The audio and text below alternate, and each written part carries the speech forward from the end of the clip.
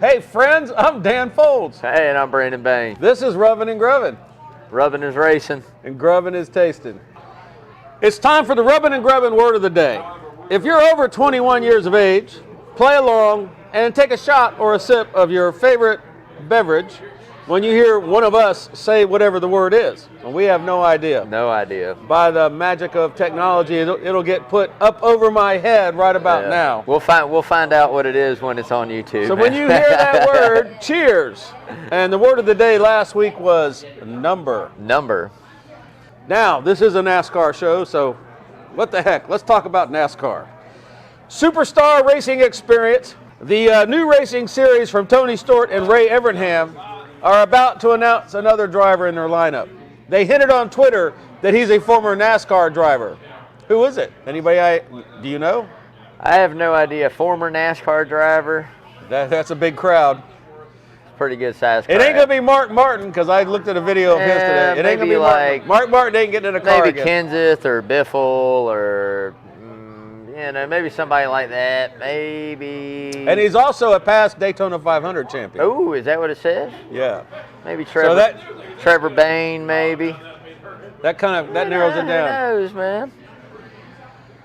We had the duels on last Thursday. Eric Almirola held off a hard charge from Joey Logano, coming to the checkered flag to win Thursday night's Duel 1.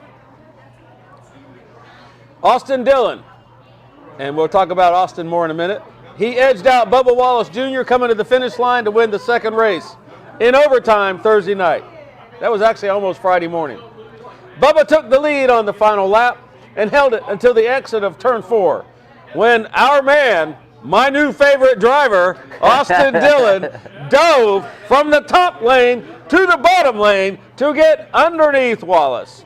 After winning the second duel on Thursday and his third place finish in the Great American Race, the Daytona 500 on Sunday, friend of our show, Austin Dillon, leads the championship standings. See, good things happen when you subscribe to Rubbin' and Grubbin'. That's right. Yeah, no, I tell you what, man, Bubba kind of made it easy in that duel for him. I mean, he was there in position, ran a really good race, ran an amazing 500 as well. But he got out there a little bit too much for Austin Dillon to take, and I mean, he took it. And at that point, there's no block you're putting on that to slow that down. You're going to wreck everybody, or at least y'all. So, but yeah, big kudos to Austin Dillon, man. Like I said, Dan, he shot us a little video, doing a shout out to Rubbin' and Grubbin'. And he sure did. Took the time out of his day to sit down and do it. Brandon and Dan. Yeah, he did, man. He did. And so, with that being said, we got a little something for him. I got a buddy of mine here in town, does some pretty cool stuff. So hell yeah! This is something pretty cool. Hell yeah! The Bass Pro Shop, and it says tried, tested, and proven. So thank you, sir. We're gonna figure out a way. Lawrence is gonna try to get in touch with the right folks, man. We're gonna try to figure out a way to get this and a Rubbin' and Grubbin' T-shirt to Mr. Austin Dillon. And thanks for the support, brother. Greatly appreciated. Hey, Dan and Brandon, I'm actually here at Daytona getting ready for practice, last practice for the Daytona 500. But thank you guys for being huge NASCAR fans. I've heard about your YouTube channel, Rubbin' and Grubbin'. Sounds great. And I'm happy that you're coming to Atlanta on 320. And I hope we get the W for you there. 500 Sunday. Be cheering loud for us. We'll see if we can get it done. Rubbin' is racing and Grubbin' is tasting. Sir, you have no idea what that means to us? You have no idea what that means to us? You're actually the first driver who's publicly come out and said you like Rubbin' and Grubbin', so you're only ever going to have one first, and you're our first, and we appreciate that. That was awesome, man. Greatly appreciated. If you're interested in seeing that video, you can see it on the Coach's Corner Facebook page. That was pretty cool. And by the way, Mr. Dillon, you damn near won that race on Sunday. Did, man. You were that close to winning that race. I tell you what, like I said, man, the thing about it is a lot of folks are going to sleep on him this year, and I feel like after the success he had last year, he got the win at Texas. He had really good cars in quite a few different races. So, and like I said, now with that technical alliance with Rick Hendrick and the motors for all of those teams coming out of one place, it's going to be a big ramp-up year for Austin Dillon this year. I mean, I definitely see him making the chase for sure. Hopefully it's by a win, maybe a couple wins, if he can get it locked down together a little more consistency, getting it every week. But at the end of the day, man, I think he's going to be in that playoff 16 for sure. Probably around the 12. Honestly, I feel think he's that put way, his mind to winning races. Yeah, I think so. And I think he's matured in the seat. And like I said, with the equipment and the alliances they've made in the motor department with Rick Hendrick, I mean, I'm telling you right now that's only going to help your program. So that's awesome. So there was a truck race on Friday, and I love the trucks, by the way. Banging and bumping racing all night long. Great finish, Ben Rhodes. He passed Corey Roper on the final lap, held off Jordan Anderson, and won the race. Hallie Deegan ran inside the top 10 early on, but on lap 81, she lost control and made contact with the inside backstretch wall. Hallie, we got big hopes for you. Deegan drove her damaged truck to the pit for repairs. She finished 24th, 3 laps down. Yeah, that happens, man. I mean, especially there, either you mess up, you make a mistake, somebody else does, it happens. But there again, congrats to Ben Rhodes on that big truck win, Daytona. Yep. I mean, that's pretty cool. I will say I hope that he sent Matt Crafton like a nice 6-pack of beer or like a nice big thank you of some kind, because I'm telling you, man, when they got out there and he pushed him out there a good little bit, Crafton blocked a huge run that was coming, and it kind of stacked it up and let him get out there to be able to do his thing. But are they teammates? I think they are teammates. Pretty sure they are. Well, yeah, I'm pretty sure they're teammates. If we're wrong, or if you know, Ben Rhodes, Matt Crafton, are they teammates? I think they're teammates. I'm pretty sure. Okay. But yeah, I mean, that's just a veteran of the sport, Matt Crafton, man. I mean, he needed that momentum to get there. Just kind of stalled it up a little bit instead of giving it to him. But, I mean, hey, man, who knows? Teammates, maybe letting the kid go out and get a win. Who knows, man, what it might be. But either way, I hope you said a big thank you, man, because, you drove your ass off, and at the same time, he blocked his ass off. So, Xfinity cars, Austin Cindric. Kyle Petty calls him Cindric the Entertainer. Yeah. Austin Cindric, reigning Xfinity champion, starts off the new season with an overtime win at Daytona. Practice and qualifying were rained out. And we'll talk about the weather in a minute. Daytona 500. What a race. Yeah, it was a good one, man. Your impressions? That was a good one. That was really good. I mean, I think we talked about it in July, or maybe it was at Talladega in October. I think we did a bet on the show, or we were talking about something when the big one was going to happen. And I kept going, it's due for early, like in one of these style races, like a super speedway race. Like, it's due early. It hadn't happened early in quite some time. And it just so happened this year, we didn't talk about it, but it happened early. 13, 14 Yeah, 13, 14 in, it happened. Took out a lot of good cars right there at the beginning of the race. And that's part of this style of racing. That's the nature of the beast. You saw somebody make a mistake in the front of the pack. And when that happened, it caused chaos throughout the whole pack. So a lot of cars didn't even get to race their 500. And there again, a lot of cars battled back, that could, and tried to salvage the day out of it. But overall, I thought it was amazing, man. I thought I needed about 200 more feet for my man Chase Elliott to go ahead and get this 500 win, which I called out, which I was hoping was going to happen. Yeah. But big congrats to Michael McDowell, man. I mean, to win the Daytona 500 is one thing, and then to win it as your first race is another. It happened. It's happened a few times in NASCAR's, past in the history. But to see him finally get that win, and it's not like this isn't a guy who, goes to restrictor plate. Yeah, correct. And we talk about it all the time. We talk about it how on restrictor plates and road courses you have these guys that are used to running way in the back, that are the equipment and the style of racing allows them to run up front.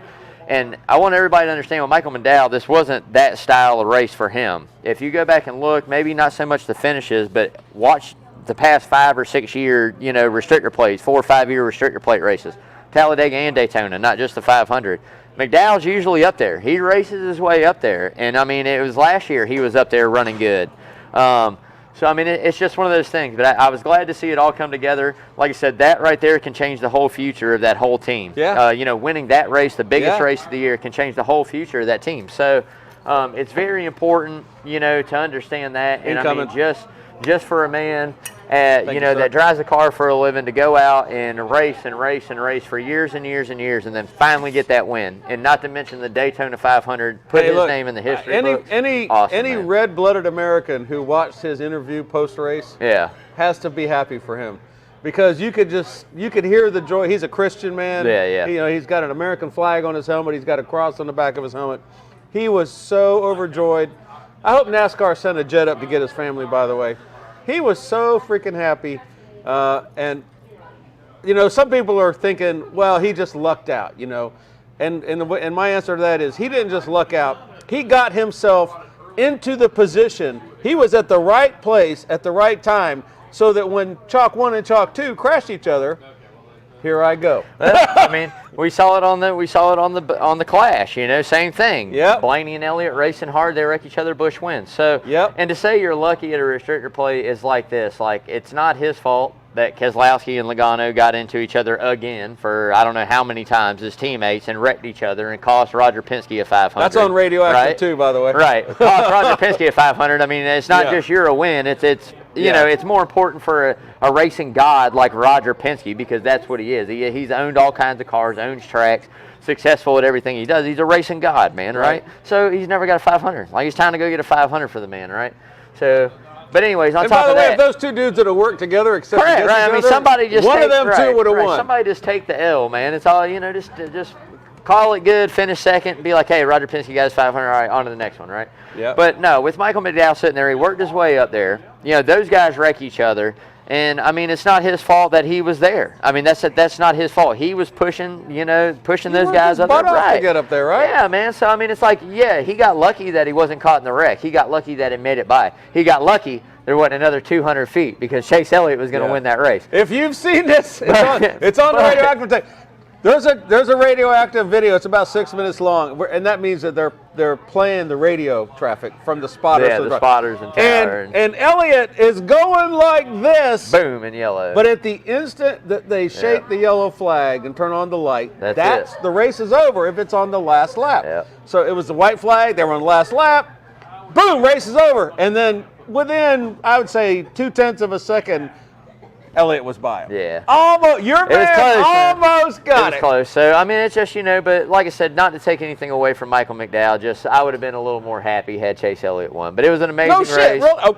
Yeah, no man. kidding. So, I mean, just big congrats again to Michael McDowell out there. I mean, like I said, he raced his tail off. That team's worked really hard over the years to get it to where it is now. Yeah. And that is always a guy in our game of skill, man. That is a good come-ahead driver. I take that car quite often.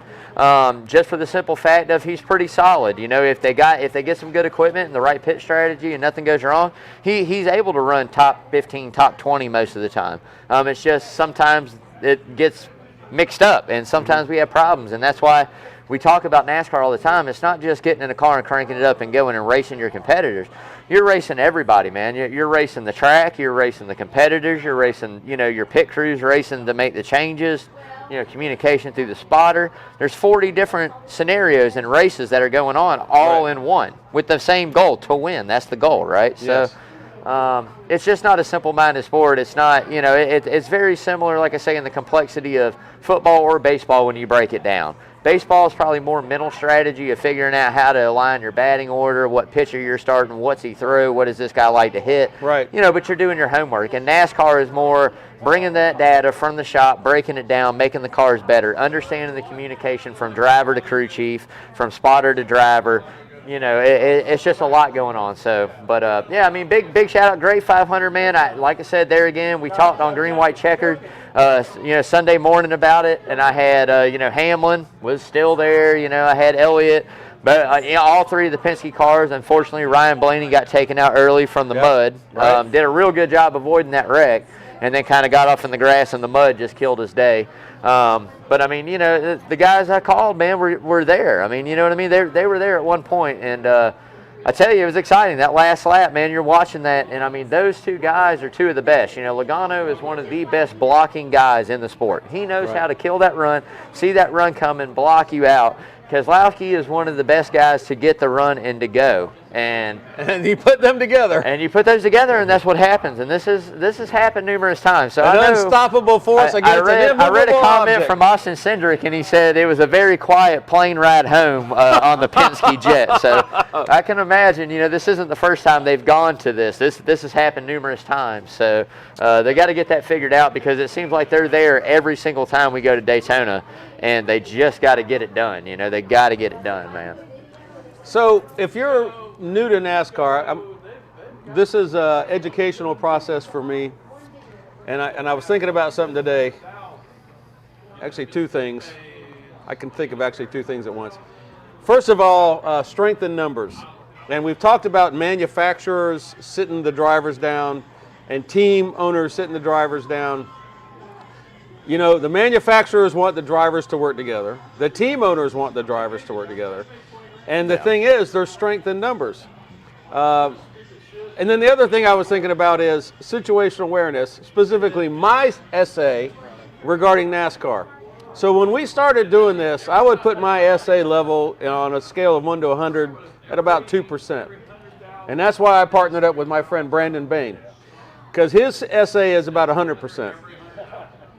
And I think after doing this show for a year, I think I'm actually up to about 10%, because I'm starting to get a glimmer. I'm starting to get a glimmer of what's going on. Yeah. But I realize now that if I keep doing this, maybe in 10 years, I'll know what the hell's going on in NASCAR. Well, and when I say know what's going on, I don't mean knowing who wins the race. I mean knowing all the little intricacies, the innuendos, the little subtle backstory lines.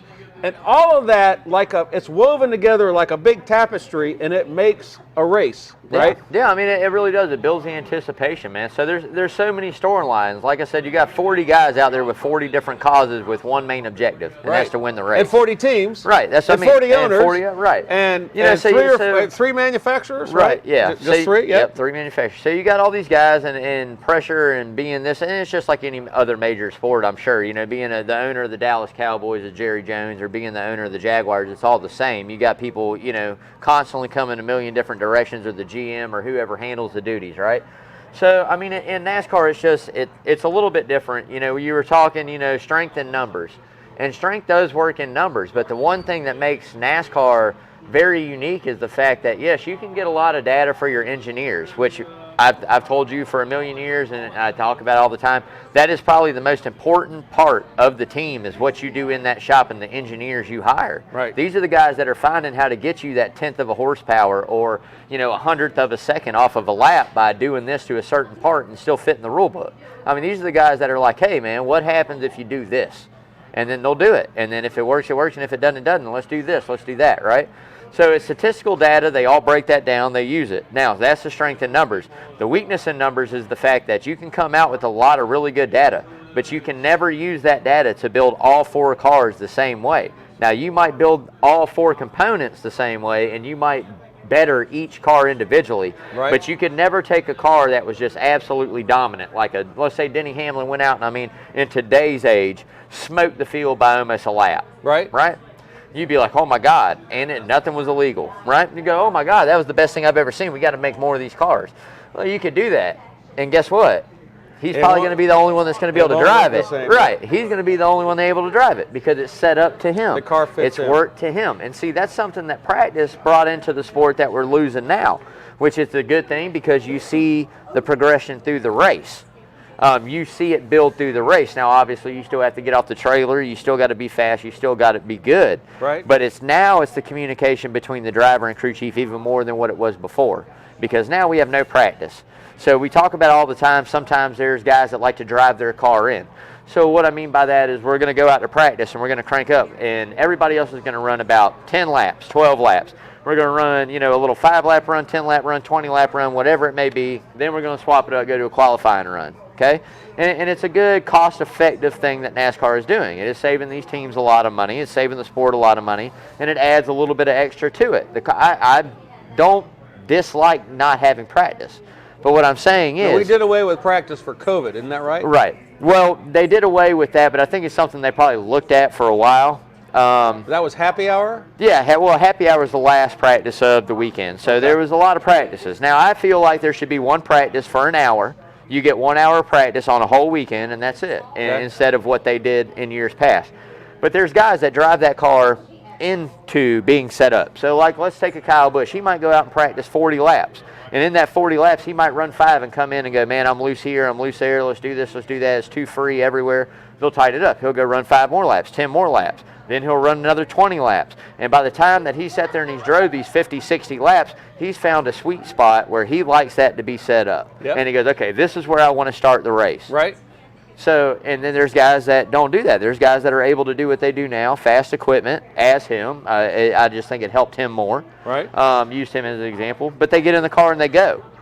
So it's finding a fine variable. Like I said, I think NASCAR should have a 1-hour practice Saturday morning, first thing before anything happens on the track.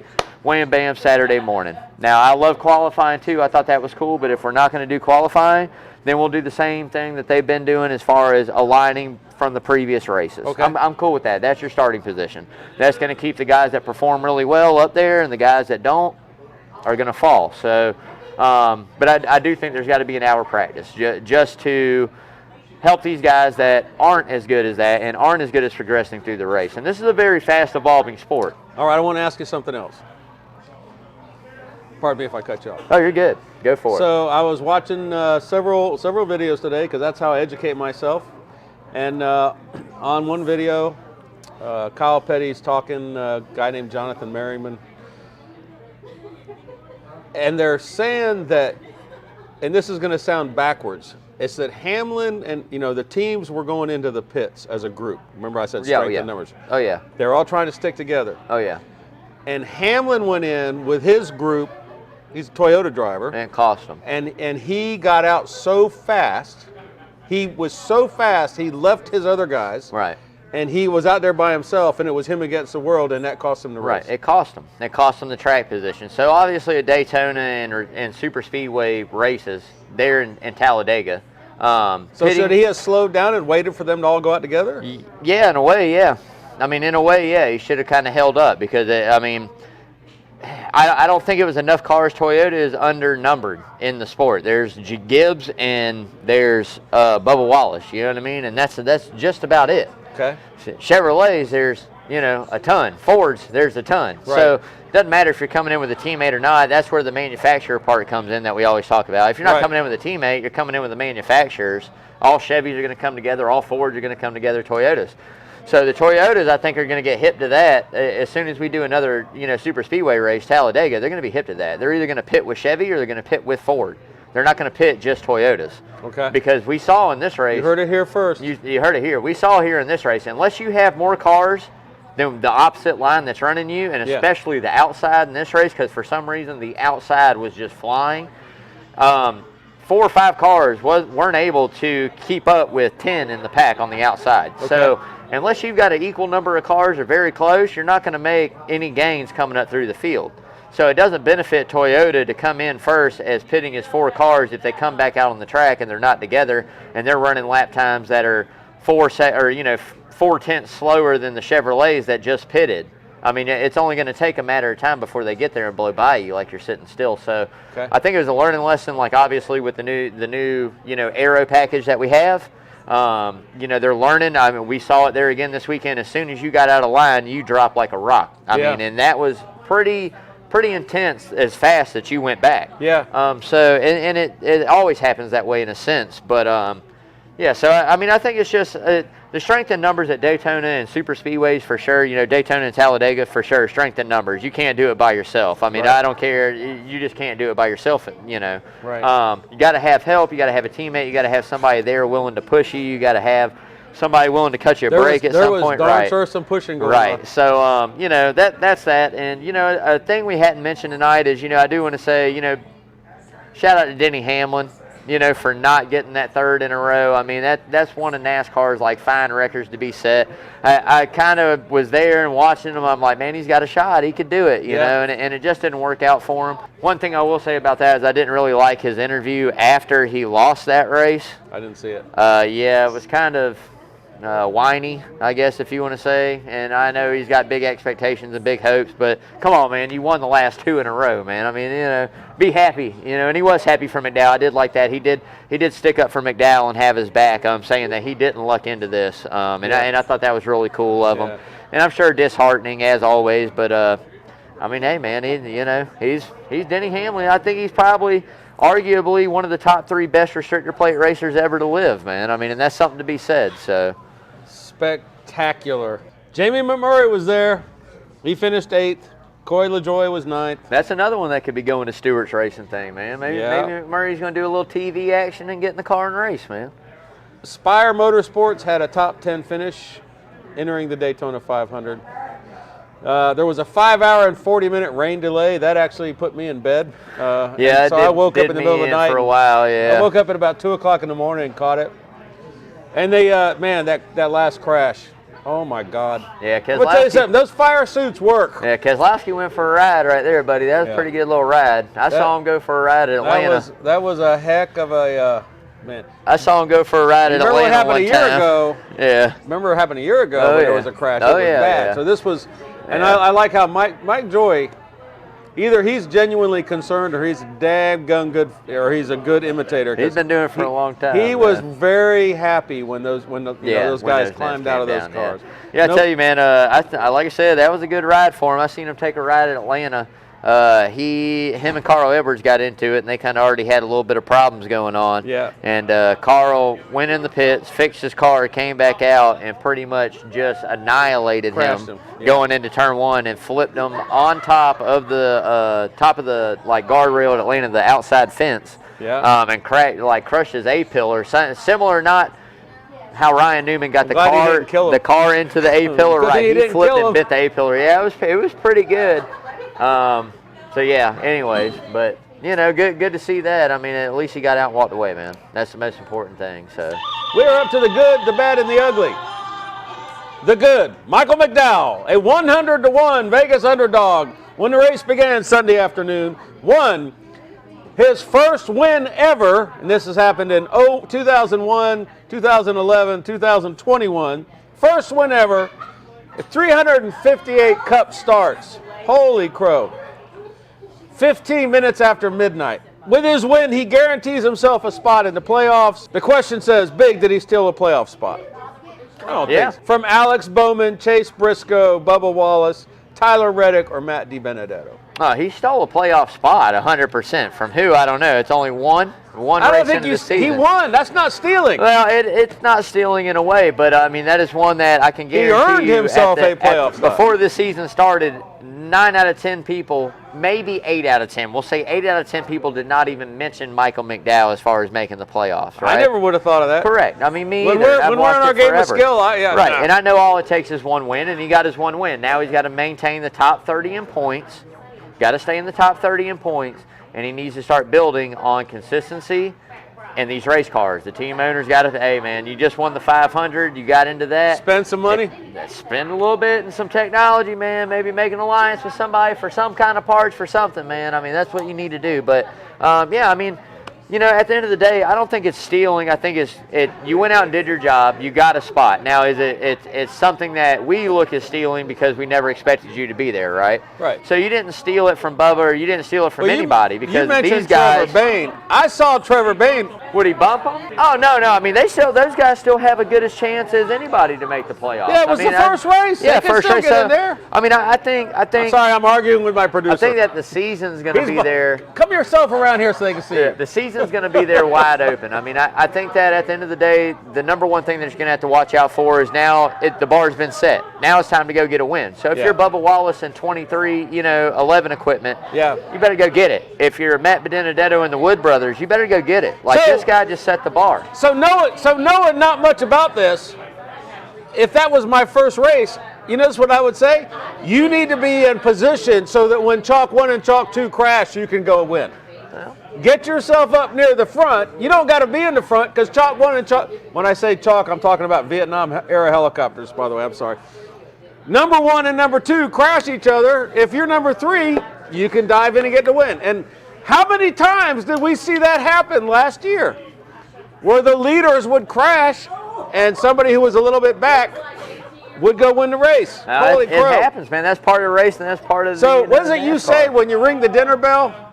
Oh, yeah. If you're going to ring the dinner bell, you better make sure it's time to eat, brother. Yeah. Yeah, man. And when they ring the dinner bell, you better be sitting at the table. That's it, man. Right? That's you got to be there. If you're going to ring the dinner bell, you better make sure it's time to eat. The bad, Martin Truex Jr. Yeah. And I really like this guy. Martin, he's a cool cat. Winless in 17 Daytona 500 starts. Yeah. He's not the only one. No, it adds to a list. Yeah. There's a pretty good list of some pretty good guys out there never to win a 500. Tony Stewart. Yeah. Never won a 500. No, Mark Martin. Yep. Rusty Wallace. There's Terry, a bunch of them. Terry Never Labonte, won a Ricky 500 Rudd. yet. There's a bunch of them. Can't be pointing fingers. Truex was involved in the early crash, but was able to continue. He finished 25th. Martin has not had a top 10 finish in the Daytona 500 since he was finished second in 2016, race to Denny Hamlin. The ugly, Team Penske. Here we go.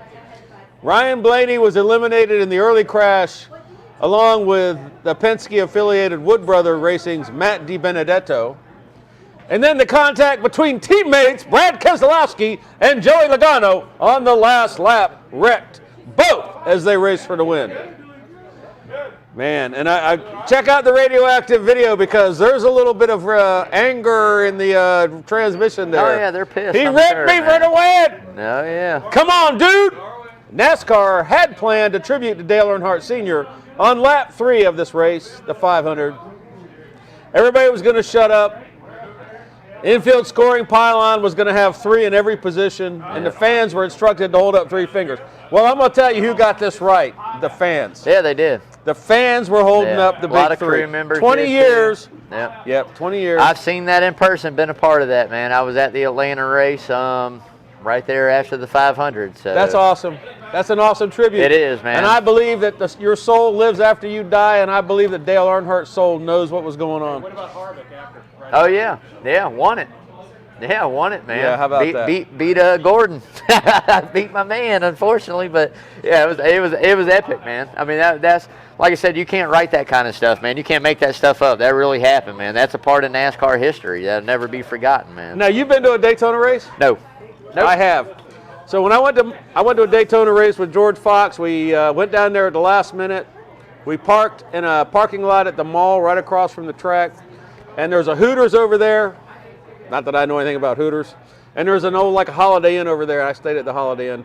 But there's also a McDowell's, like right across from the track. Now imagine that there's a rain delay at a race, and you go to the McDonald's, and you're in line, and you look in front of you. Is that Ross Chastain? Right, right.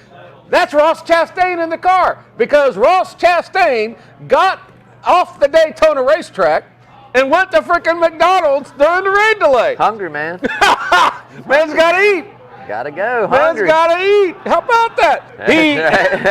He made a grab run to McDonald's for his pit crew.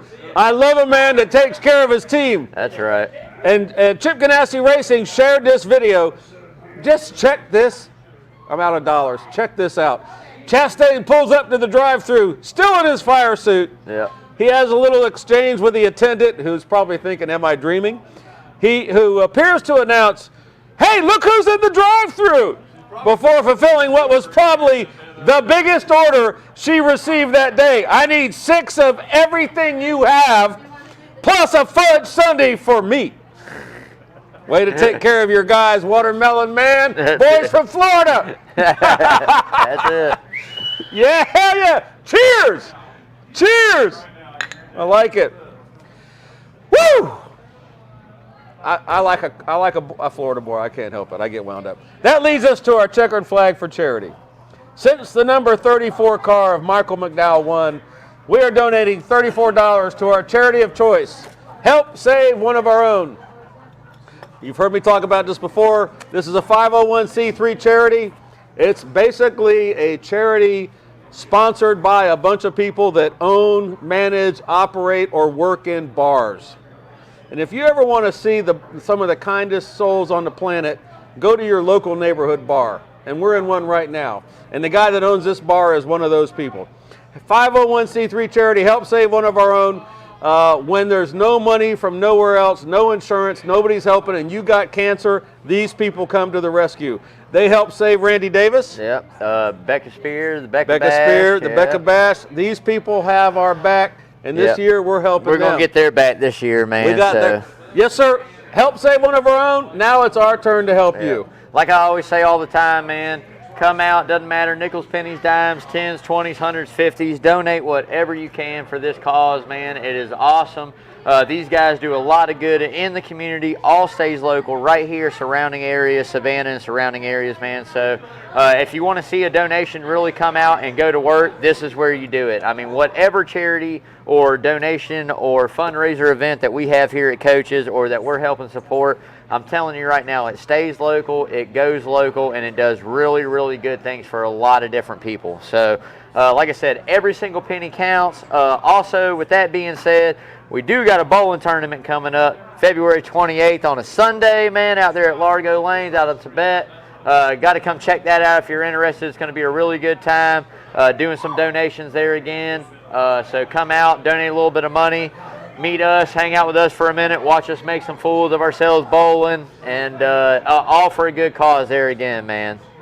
When was the last time you were in a bowling alley? For me, it's been about 20 years, and I'm still going to, when I'm with him, I'm still going to win the tournament. We're going to beat the 19th hole. I'm hoping so, man. We're going to beat the 19th hole. I mean, here's the thing. The trophy's in, and there's a trophy on the line, and I'm extremely competitive. I know you are. I'm going to be somewhat decent. I'm going to rise to the not occasion. Really great, but I keep hearing everybody saying the downfall's Dan, the downfall's Dan. Well, I'm going to let you guys know. Me and Dan been working on a little something. You know, we've been working on a little something with the bowling technique, so we got something coming for this tournament. They just don't even know it yet, right?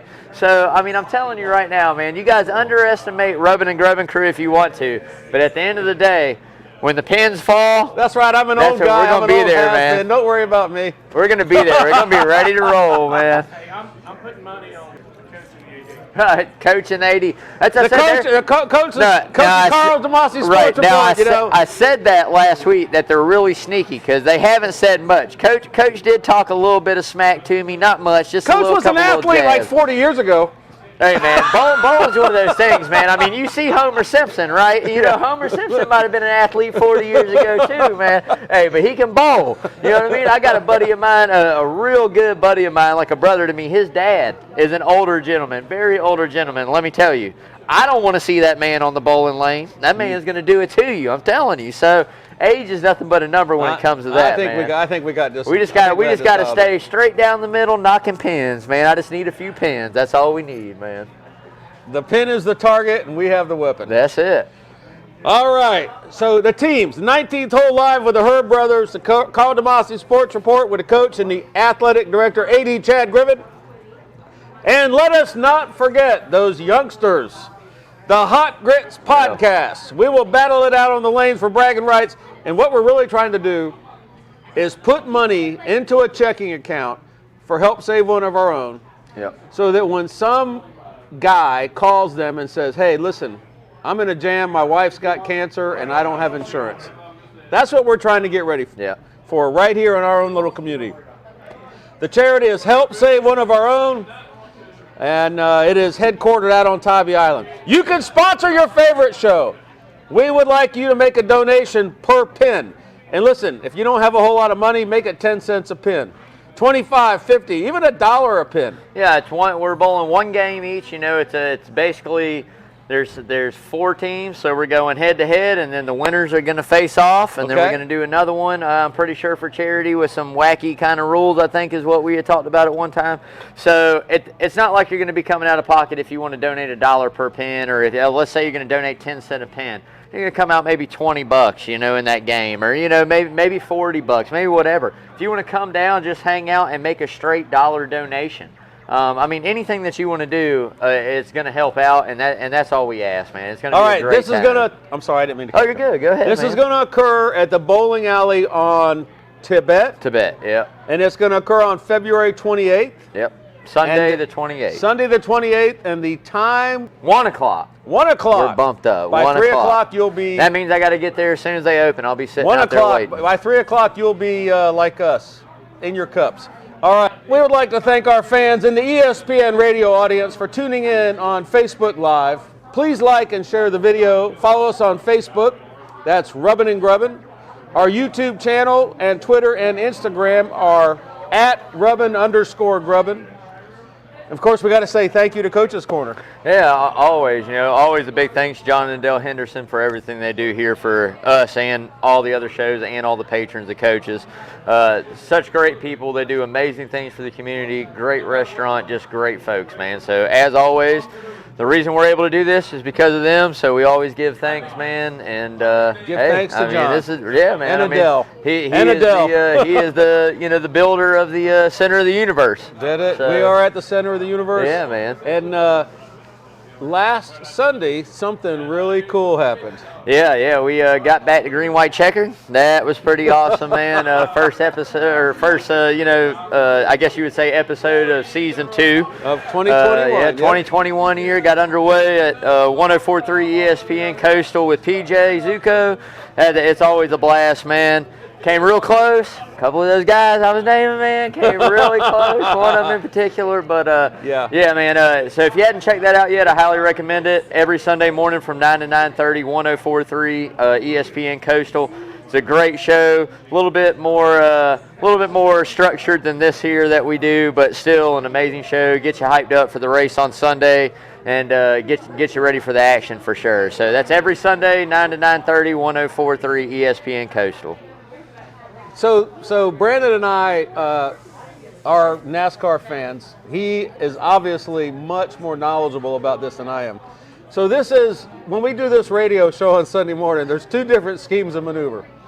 Well, first thing I'll talk about Brandon's.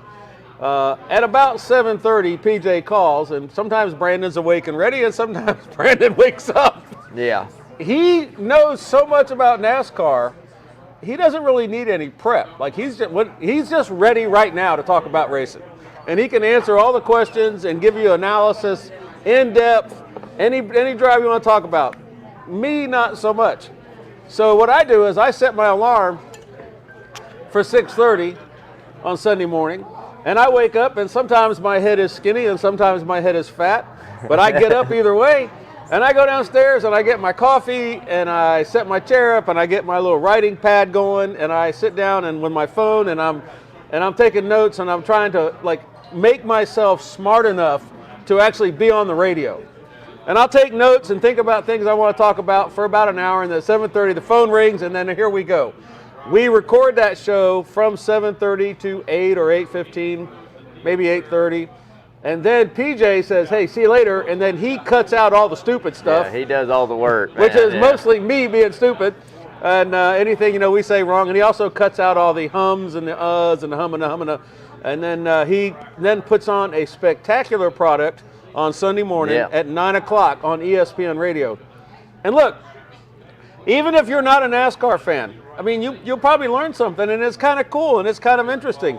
And we have a pretty good time doing it, so I highly recommend you check it out. Yeah, it's an amazing time. Good little show, like I said, get the Sunday morning going, get the blood pumping. If you are a NASCAR fan, or even if you're not, get you interested in it. Quite a few things we talked about last year on that show, and as well as this show, are kind of coming to the forefront now in the sport, which I find is pretty amazing. It's that's just, because you predicted. Yeah, well, it's just it's stuff you watch over the years and watch it build, and it's kind of more behind the scenes and it comes to the forefront. But going from minority owners and people that want to sponsor. I mean, we got Michael Jordan in the sport now as a car owner. Brad Doherty's been doing his thing there for years. Pitbull, you got him linked up with a guy, partial car owner. Read an article today, Alvin Kamara, the running back for the New Orleans Saints, is going to be a major sponsor for a race for Xfinity team. I mean, it's just, the door's open, and that's what I've always said is, as much as people have looked at NASCAR and going, okay, these are a bunch of, backwoods, racist guys that love racing and that's it and this and that, it's totally different. I mean, if I'm not saying that's not out there. Obviously, that's out there on any side of the spectrum or anything you talk about. There's always that 1%. But 99% of NASCAR fans, man, it's a community. It's like a brotherhood, a sisterhood, a family. It's like, man, you show up, you don't have something, oh, I got it, man, let me check. If I got it, I'll give it to you, You got the same favorite driver, and there's no, it's just all, it's all good when you go to a race, man, it really is. And it's just something that, has come to the forefront there, and they're doing with the development and the way that they're headed. It's just a lot of stuff getting called out, man. Pitbull said he intends to turn NASCAR from a sport into a culture, and he intends to take it international. I don't think Pitbull got enough money to do that by himself, man, unfortunately. That's a big task, and NASCAR is, American stock car racing, man. It needs to stay here. And to go international, it's been international. It's been in Japan. It goes to Canada. It's been in Mexico. I mean, so it's gone international. It's just maintaining an international schedule of if you're going to go here or go there. Right. The logistics of that is just absolutely ridiculous, and the amount of money you'd have to spend is insane. I mean, that's like Formula One type money, you know. Yeah, that's just insane. So, don't know about that, but at the end of the day, I'm just glad to see a lot of new faces, you know, coming into the sport and getting involved in the sport. It's alive. It's not dead. Yeah, no, man. It's alive as it's been in a very well. long time right now, man. And it's the youth. I keep saying youth movement. Yep. Spectacular. Right. Let's talk now about the Daytona Road Course. Kevin James from the new Netflix show The Crew is the Grand Marshal. Have you seen this show? I have not. I've seen some YouTube video clips of it. It looks pretty good. It looks pretty funny. Kevin James is funny. Looks pretty amazing. I just Austin Dillon and yeah, Ryan Blaney. Yeah, and, I think somebody had to. Yeah, there was a little bit of that going. I heard, just hadn't checked it out. It's going to be. This is going to be a big thing. This is going to be good for NASCAR. The show is about a NASCAR team, and it's hilarious. It's in episode 3. Austin Dillon and Ryan Blaney steal the show. Okay, for the road course, Chase Elliott's on the pole, and we're up to the NASCAR expert du jour. Who are your 5 drivers to watch for the road course? I mean, you just mentioned pretty much everything that I needed to know. But the one question I have is, the one question I have is, do you ever feed a gremlin after midnight, Dan? No. Well, guess what NASCAR is doing by putting this road course as second? They're feeding the gremlin, and that's going to be Chase Elliott. Chase Elliott. Okay? And I can promise you, you damn sure don't get it wet. And they're getting ready to, because he's going to dominate this road course, man. You're getting ready to see him. He's got a chance to break one of my former favorite drivers, still probably my favorite of all time, Mr. Jeff Gordon. He's got a chance to break one of his records. So if you watch that race, it was, 35 laps. It was short compared to what it's going to be on Sunday. But I can tell you the way he dominated it, starting it from the rear. Now you just told me he's going to be sitting on the pole, starting from the front spot. He's going to dominate this race. Now, what's going to be more interesting to me is seeing who's going to come from the back, because you have a lot of guys that did good in that clash that are starting in the back. Martin Truex, we mentioned earlier, had a horrible finish. Guess where he's going to start? Way in the back. You got Denny Hamlin's going to start up front. You got, Kyle Busch there that's going to be starting somewhat in the back of the pack. So it's going to be a longer race for them because they're not out front. But basically my 5, got to go Chase Elliott 1, Denny Hamlin's number 2. You saw both the way those guys ran that whole race. 3, I mean, we're going to go boring. 3 is going to be Ryan Blaney. 4 is going to be Martin Truex Jr. Those are the 4 dominant cars of that whole race. Now, 5 for me is somebody I think that you really need to keep an eye on. I'm not even going to use him as my dark horse pick. I think that he deserves a little bit more respect than that, and that's going to be A.J. Allmendinger. So you got A.J. Allmendinger, a road course pick, coming in. That's going to be my 5th, man. I'm going to go ahead and give him the respect to put him in 5th. Now, I said it on Green, White, Checkered, and I'll say it here. I felt like this Daytona road course and the Charlotte road course somewhat do not race like a normal road course. So I think that obviously the competition is going to be able to keep up with them a little bit more than what they have. It's going to take him a little bit more, especially as dominant as Chase Elliott and some of these guys have been over these past road courses. But you got to throw Allmendinger in there. And then for a dark horse, man, I mean, why not? Why don't we just try to run it back and let's go Michael McDowell? Let's go Michael McDowell for another dark horse. I like it. I mean, coming off a win. Right, he's coming off a win, and he's been pretty decent at road courses before. And on top of that, he's got front starting position. He's starting up front, so he'll probably maybe fall back a little bit as the race goes on. But let's say if he finishes top 10, top 12, I think that's a win. Guess how many laps Michael McDowell led at the Daytona 500? 1. The last one. The only one that mattered. The baby. last one. Thank you, fans. If you're still here, God bless you. Thank you for watching and being part of our show. Please hit like, share this, submit questions, follow us on Facebook, Twitter, Instagram, and our YouTube channel. You know our show's called Rubbin' and Grubbin'. Rubbin' is racing. Grubbin' is tasting. It's time to taste. And once again, we have a lovely, lovely model to come and bring us the grub. So tonight, we decided to do something different. Pineapple. This is a pizza with, I see jalapenos, I see pepperoni, and I see pineapple. And when we, the peanut gallery sent a booze. Listen, I think it's great. When we brought this up, there was like You can't put pineapple on pizza. Oh yeah, you can. And as it turns out, there's basically 2 camps. Pineapple, no pineapple. You can put pineapple on pizza, man. You can come to Coach's and you can get the best pizza that you've ever had. It's really good. And you can get pineapple on it, right? This is still warm. Oh my God. You know, very shortly, I will have this from my forehead to my chin. And on that note, young sir, take us home. All right, man. Hey, so thanks everybody again for tuning in to another, episode, another Wednesday night show at Rubbing and Grubbing, man. Really big shout out to John and Adele Henderson real quick here at Coach's Corner. Thank you guys so much for letting us do this every week. Thank you guys for tuning in, checking us out. If you're following us here on Coach's Facebook Live page, awesome. You can also check us out on ESPN Coastal's Facebook Live. Hey, man, like I said, we got the Coach Carl DeMasi, AD Chad Griffin coming up here right behind us some point in time. If you hadn't checked that show out, make sure you stay tuned for that. There again, you can also catch Travis and Spencer with the Hot Grits podcast, man, and what they do, going over everything sport-wise from a little bit of a younger man's perspective, which is pretty entertaining sometimes. So definitely check that out.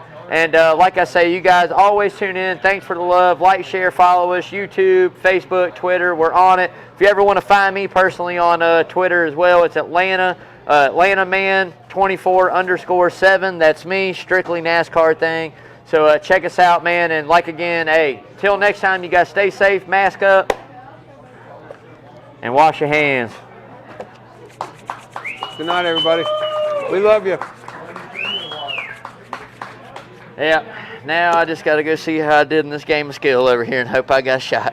Roger that. Hope I got my buddy over here, man. Got him killed. It might be one of them times where I might want to try to buy Chase Elliott, depending on who got him. Hey, man. I'm telling you, it's going to be Excellent one of job. them races. Yeah, Excellent man, that job. was a good one. It's going to be one of those races. I'm stealing a piece of this. Get some. Take 2. No, I'm just getting one. I'm going to clean my mess up. Where's your wife? Lawrence, I think she's over there somewhere. Hello, beautiful. How are you?